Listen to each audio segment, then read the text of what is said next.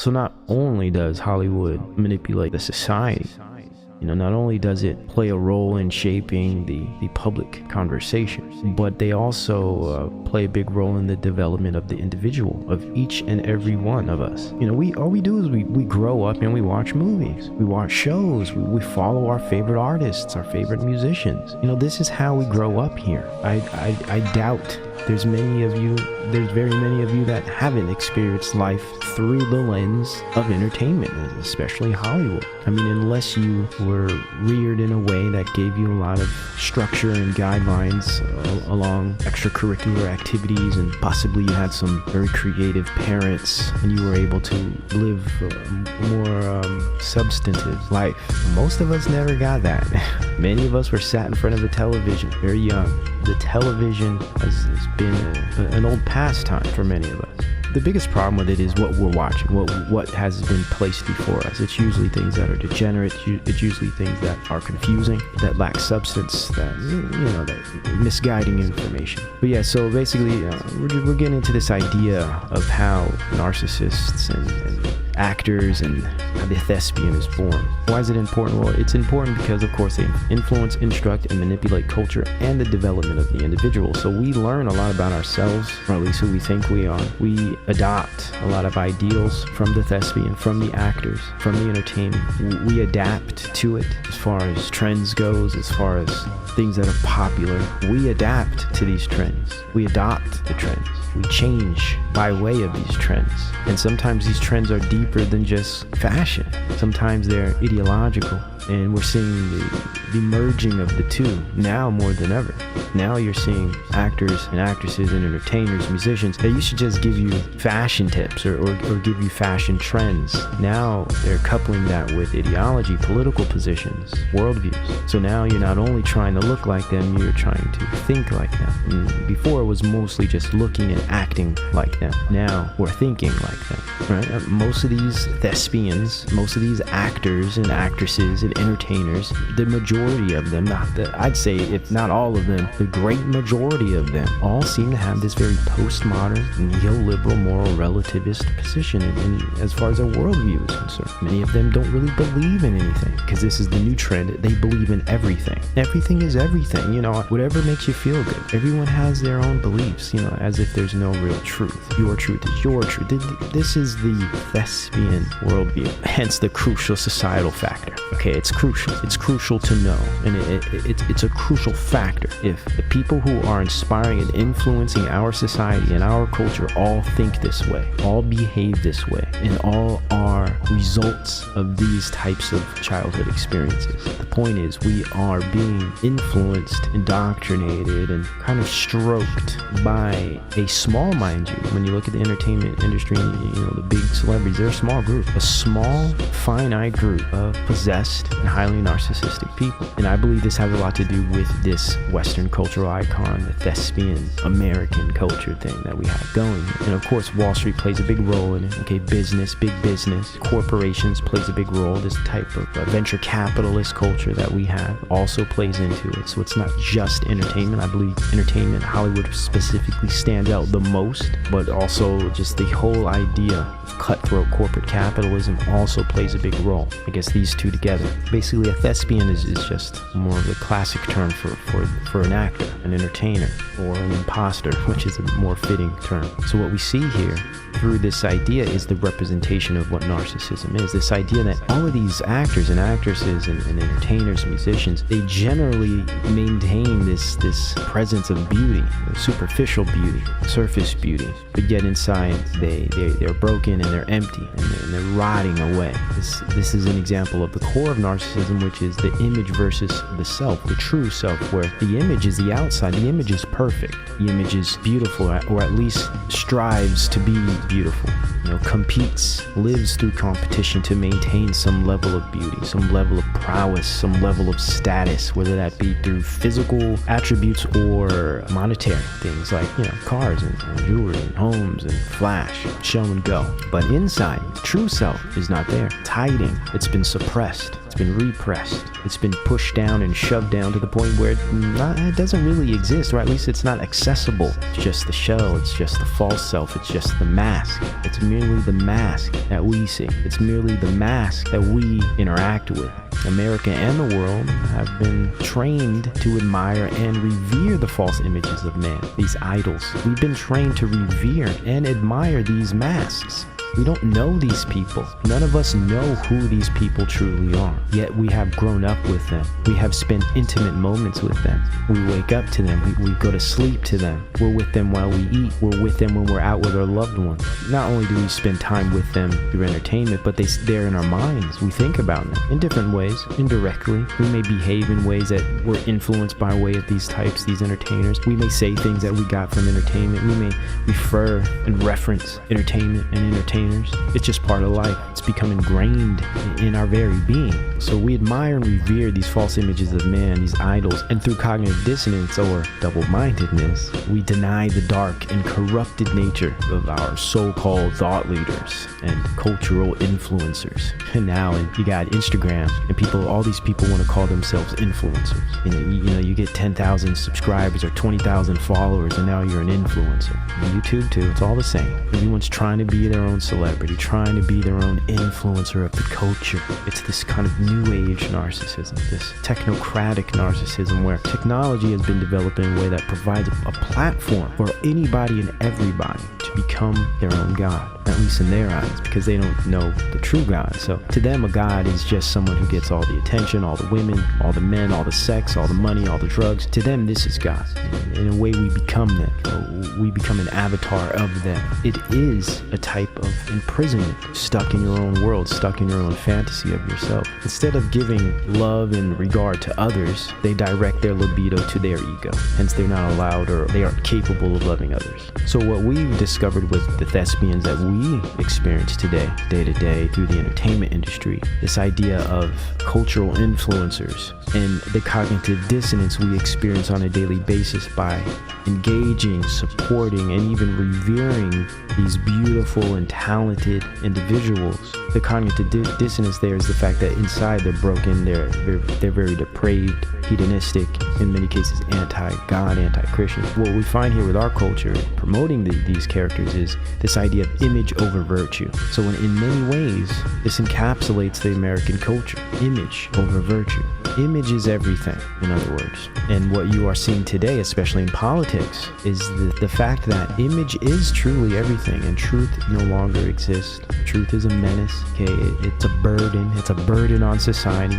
It's a burden on politics to discuss truth, to be reasonable, to be rational. And I want you to just pay attention to just how fake and plastic they are. They're actors, of course. We should expect these things, but it's just so fake and contrived, and even the answers are fake and contrived, and we're going to go through some of the answers. There is no ceiling to the amount of attention I need, positive or negative, and this is a business that provides that.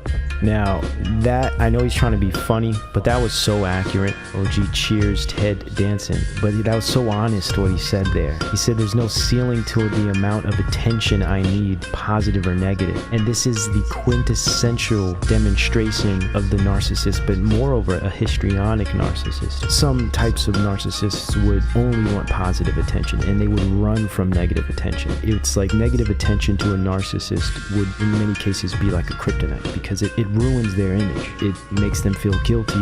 It shames them. So with more of the histrionic type, it doesn't matter what kind of attention it is, just as long as it's attention, right? It's just not, just let me eat up all the attention I can get, good or bad. And he pretty much said that. And I know he's trying to be funny, maybe he was trying to be brutally honest, but whatever he meant, what he said was so accurate. I'd say brutally honest. I act because if you did what we do anywhere other than a place where they pay you to do it, they would arrest you. Now, he was trying to be funny there, but really it's the truth. What they are paid to get away with crimes. They're imposters. They are swindlers. They are manipulators. Extremely interesting how accurate the statement is. You live a life in this way, you could be put in jail or called crazy, called a sociopath, a psychopath. I act because I'm broken in a lot of pieces, And acting gives me a chance to reconfigure those pieces into 1,000 different things that are positive for people to watch. And eventually I will be ground down into a fine powder.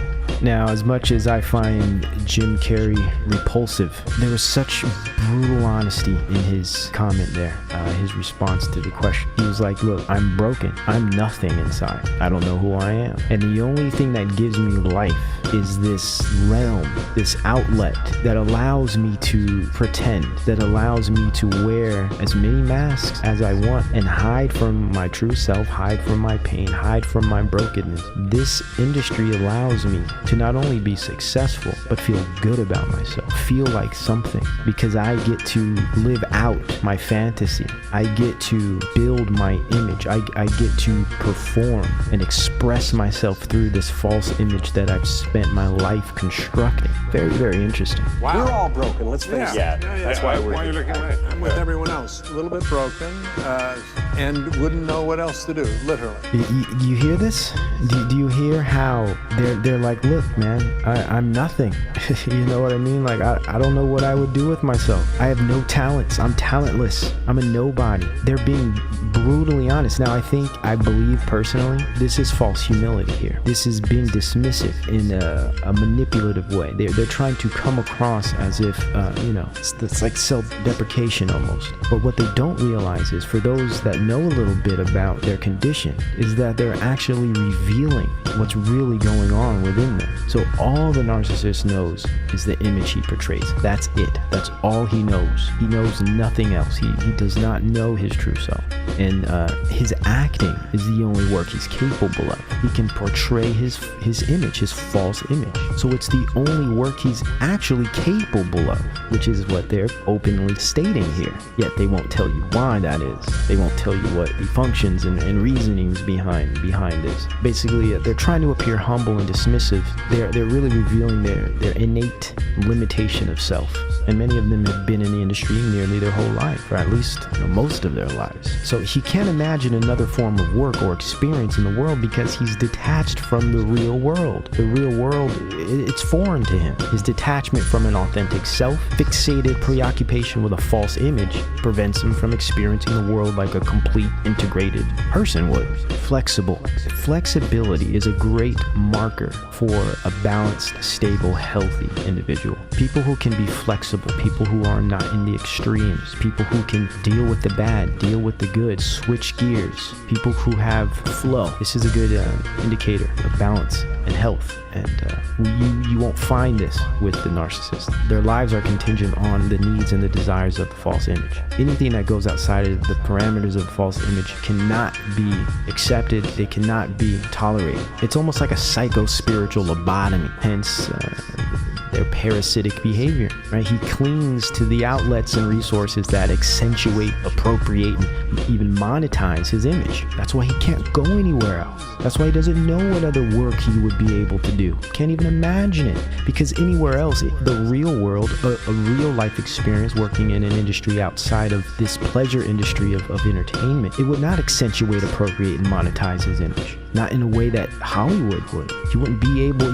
even though he could still act like someone else or put on some false image, Hollywood gives him the opportunity to display it in a way that is revered and that's worship. Because see, the narcissist as an adult is a child, emotionally. A child that has suppressed and repressed his emotions while burying its true sense of self in the process. It's like a child trapped in an adult framework. No godly parents, no guidance and direction to Christ as comfort, of course, the comfort of the Holy Spirit. When you grow up and you don't have any of this, you don't have parents that can guide you through the Holy Spirit, through a righteous Christian worldview that would safeguard a child, give a child outlets, a child that prays, that has a connection to God from a very young youth. This is rare today. This kind of stuff just doesn't really exist. Narcissists are highly delusional. Of course, they live in a fantasy world. They live through a false self, an image. So of course, they're going to perceive what they do in the world in a delusional way as well. They actually project their own fears, insecurities, and distortions onto society. Because what we see in the movies, what we see written in these scripts are not accurate representations or accurate interpretations or representations of society, of the people, of the normal folk, of the general population. We're seeing a projection of unhealthy, narcissistic, psychopathic, sociopathic, deranged, anxious, depressed, disturbed individuals here. It's just the nerve. But again, we're dealing with a certain type here. We're dealing with a certain spirit here. So of course we should expect these things, but it's good and I would even argue fun to really dig into it and dissect the words, dissect points being made, the message behind,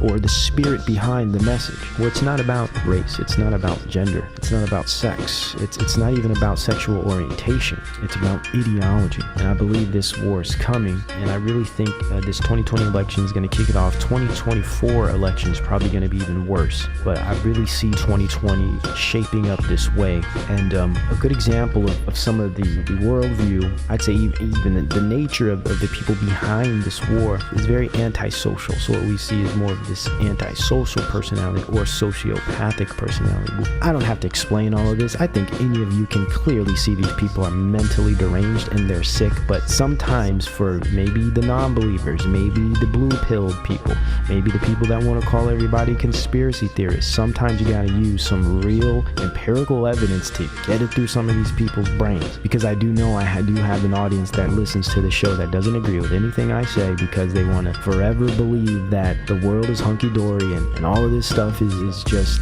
theory and you know, we're all just making this stuff up because we're paranoid or something like that. There's plenty of evidence to prove otherwise, and I try to incorporate that with my work. Every other day there's some new controversy. All of this stuff is meant in a way to exhaust us, to physically, morally, spiritually, and economically exhaust us all till we just give up into the one world government, the one world religion, the new age neo-pagan revival, the technological technopoly, you know, big power alphabet Google mixed with the new age transhumanist Musk and Kurzweil and all of these types, you know, coming together to form this type of spiritual consortium based on technological transhumanist man, transgender spiritual Gnosticism, and of course under the light of Lucifer. And the way to produce this is to get rid of the true faith, but also get rid of the materialist atheists, because they know they're wrong. They know that's false. They know damn well that's false. So they got to get rid of us both at the same time. And I see this slowly coming to fruition. And we're gonna see the opening of this, I believe, in 2020 with this election. I could already see it coming, just based on all of this violence that's going on, even if it is somewhat orchestrated. Real people react to this stuff. Real people get involved. So it's just something to put out there. Basically, this is accomplished through not merely a mode of controversy and narrative gaslighting, just not those things, but it's the result of info glut. Remember, we discussed the idea of information gluttony by way of sensory overload. Also, we could consider this trauma-based information programming. So this idea that we have these endless amount and endless sources of information, disjointed information, all about entertainment and novelty and, you know, distractions. Through sensory overload, we can't even pay attention to things that matter. We can't even pay attention to things of the spiritual world. We can't even get in touch with God because we're too distracted by all this nonsense they're throwing at us. And this is exacerbated by technology itself, by handheld devices, 24/7 exposure, waking up, going to bed, eating, using the bathroom with your device. Okay, people sit on the toilet and use their device, right? It's 24/7 exposure. All of these things together combined create this type of flesh consciousness where we're stuck in this existence of fleshliness, of technology, of sensations, which in itself inherently is a state of narcissism, a state of absorption, self-absorption. We're living in a hedonistic, satanic, Luciferian fashion. Maybe not everyone who's listening to the show, but people in general, the world. As expected, it is the world, but we're documenting how these things are developing. We're documenting and we're reporting on how these things are developing. This isn't to change it. This isn't to necessarily say, oh, why is this happening? We know why it's happening. We're perfectly aware of that. But we're just taking note, right? We're just taking note.